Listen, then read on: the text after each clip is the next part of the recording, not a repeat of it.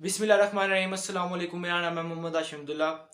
आज की वीडियो का टॉपिक बहुत इंपॉर्टेंट है क्योंकि बोर्ड में बच्चे कुछ ऐसी गलतियां करते हैं जिनकी वजह से उनके नंबर सही नहीं आते, उनसे पेपर उस तरह से डिलीवर नहीं किया जाता जिस तरह का उन्होंने तैयार किया था 100% के साथ। अब सबसे पहले नंबर पे बच्चे जो गलतियां करते हैं ना, वो बोर्ड से पहले ना रट्टे लगा रहे होते हैं, यार बुक खोली भाई याद करिए करिए करिए।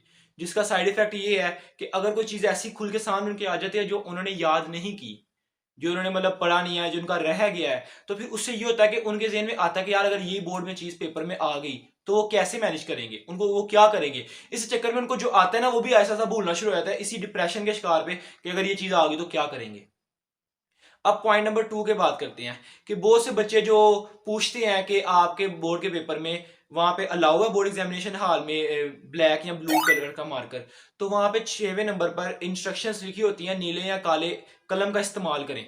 कुछ बोर्ड में कुछ में लिखा होता है सिर्फ ब्लू मार्कर अलाउ है। अब मेरा जो बोर्ड था उस पर लिखा हुआ था, गुजरांवाले बोर्ड में भी लिखा हुआ था, बाकी बोर्ड का नहीं पता, आइडिया नहीं है। और कुछ बच्चे ना पीरियोडिक टेबल का पूछते हैं कि पीरियोडिक टेबल लेके जाना अलाउ है केमिस्ट्री के पेपर में, तो वो भी नहीं अलाउ, और इंक रिमूवर भी नहीं अलाउ।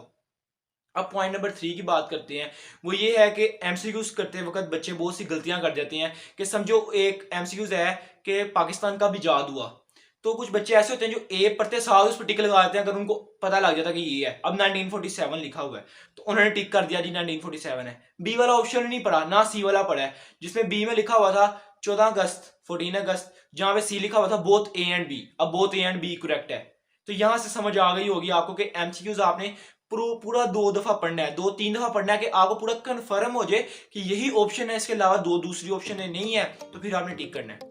अब पॉइंट नंबर 4 जो बात आती है ना, वो बबल शीट है, क्योंकि बबल शीट फिल करते वक्त बड़े बच्चे गलती करते हैं, स्प्रेड हो गया तो वो क्रॉस हो जाता है। आप बच्चे पूछते भी हैं कि कौन से इंक पेन या पॉइंटर या मार्कर से फिल किया जाए, तो मेरा जो अपना ज़ाती मशवरा है कि वो बॉल पेन से किया जाए, क्योंकि बॉल पेन थोड़ा सा टाइम तो लेता है लेकिन आपका फिल पूरा करेक्ट होगा, स्प्रेड भी नहीं करेगा। और मैं बार बार कह रहा हूँ कि आपने बबल फिल ध्यान से करने हैं। आपके एमसीक्यूज हैं, आपने 1000 दफ़ा वहाँ पे टेस्टों में तो टिक किए हुए हैं लेकिन सर्कल नहीं कभी किए, ना जा अकेडमीज कराती हैं। तो अब पॉइंट नंबर जो इसका अगला पॉइंट है वो ये है कि आपने जो आपको लॉन्ग आया, फर्स्ट करो लॉन्ग आ गया थर्मोडायनेमिक्स, अब आपको ये नहीं आता लेकिन आपने पूरा साल में 1-2 दफा पढ़ा तो है ना, आपको अगर उसके 2-3 पॉइंट्स भी आते हैं ना तो आपने लिखना है, स्किप नहीं करना। बहुत बच्चे स्किप कर जाते हैं जिसकी वजह से उनको 0 नंबर मिल जाएगा। अगर आपने लिखते हैं, अगर उसको लिखना बिल्कुल सही है, ये नहीं कि गलत लिख दो, क्योंकि अगर आपने सही लिखा क्या पता वो आपको 5 नंबर का है तो 3 तो देगा ना लाजमी, क्या बता वो थोड़े 4 भी दे सकता है अगर आपने अच्छा लिखा हो, कम लिखा हो लेकिन अच्छा लिखा हो। इस पे अगला पॉइंट जो आया था ना वो ये है कि वो आपने शॉर्ट क्वेश्चन अटेम्प्ट नहीं करना जो आप डाउट में हो। मतलब आपको समझो क्वेश्चन नंबर 4 आता है सही वाला, लेकिन आप कहते हो पहले 5 कर लेता हूँ कि ये जो क्वेश्चन 4 है ना वो मैं एक्स्ट्रा चॉइस पे कर दूंगा। ये बिल्कुल नहीं करना, बड़े बच्चे ऐसे गलती करते हैं क्योंकि कुछ बोर्ड चेकर अपने हिसाब से चेक कर रहे होते हैं, कहते हैं पहले 5 हम कंसिडर करेंगे, अगले 6 जो 7 जो एक्स्ट्रा चॉइस पे किए हैं वो उन्होंने चेक ही नहीं करने होते।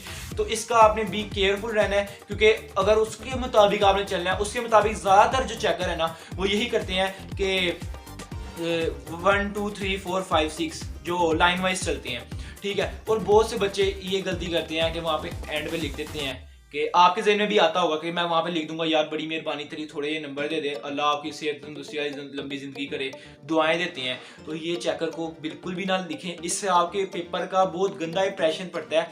ये हमारे जो बोर्ड चेकर हैं उन्होंने, जो मेरे सर हैं उन्होंने खुद बताया कि ये पेपर कुछ आते हैं तो ये पूरा ही क्रॉस होगा, जो पहले लिखा हुआ है वो भी पूरा क्रॉस होगा।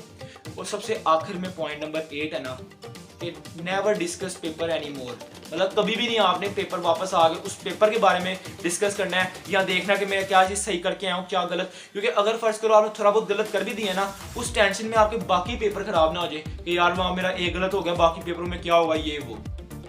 बस आपने जो पेपर हो गया सो हो गया, अगले पेपर में ज़्यादा अच्छी एफर्ट करके कोशिश करने की जो गलतियाँ पहले हुई हैं वो दोबारा रिपीट नहीं करनी इंशाल्लाह। बाकी आप सबका अल्लाह हामी नासिर हो, और मैं दुआ करता हूँ कि आप सबके जो मेरी वीडियो देख रहे हैं उनके 100% रिजल्ट आए। आमीन सुमा आमीन। अल्लाह हाफिज़।